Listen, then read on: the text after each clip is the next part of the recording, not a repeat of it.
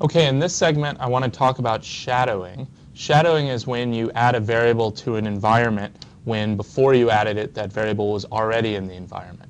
So to do this we're going to end up having multiple variable bindings for the same variable in the same file. That can be a little bit confusing. It's usually poor style to do that, although it does come up with certain idioms. But it's going to be a great way to make sure that we really understand how environments work.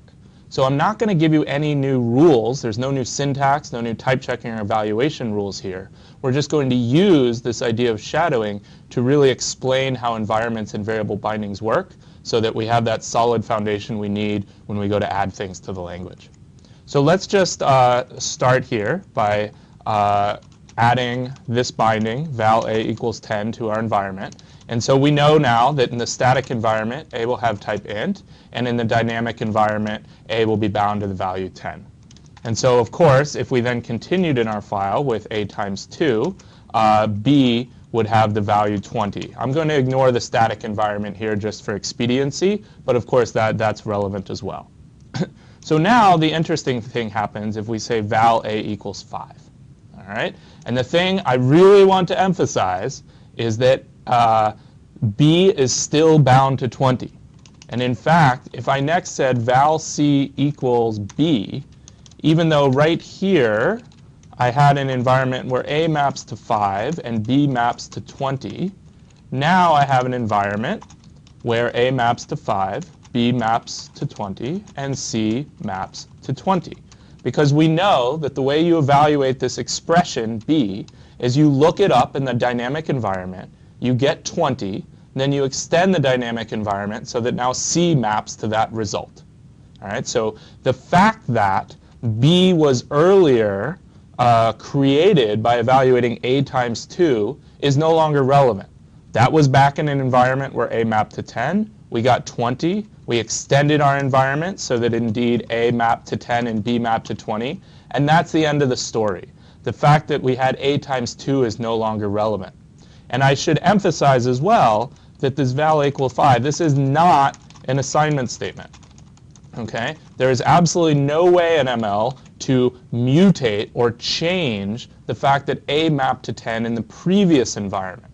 All we get is in the subsequent environment, a is now shadowed. We have a different mapping for a in a different environment, and a is now 5. So that's the idea. Let's just do a little more example to make sure we got it. If I now say val d equals a, I'm going to end up with an environment with all the things I did have, and now d maps to 5, because a maps to 5 in this environment where I am. If I now say, what about val a equals a plus 1? Again, there's no such thing as an assignment, and this makes perfect sense. The way a variable binding works is we evaluate the expression in the current dynamic environment. So a maps to 5, we add 1 to that, we get 6, and then we create a new dynamic environment where a maps to 6, along with everything else we had previously, but we're now shadowing the fact that a mapped to 5 in an earlier environment, or a mapped to 10 in an even earlier environment. Okay? So indeed, if we now say val equals a times 2, f will map to 12. I should emphasize as well that something you cannot do is a forward reference. And we know why for the same reason. So if I had this code here, it would not type check. And the reason why is when I have to go to type check, this expression f minus 3, f is not yet in the environment. So when I look it up in the static environment, it's not there, and I would get a type error message.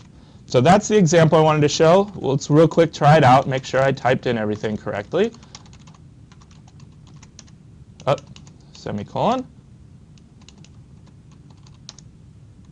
Let's, there we go. We'll try this again. Notice I didn't panic when I got an error message. There we go. And we see all the values I saw. But for those earlier A's, the read eval print loop is trying to be helpful and just saying, you know, this value can't possibly be relevant to you. I know it's shadowed in the dynamic environment you now have down here where A is bound to 6. So rather than show you what A was back up in this earlier environment, I'll just print hidden value.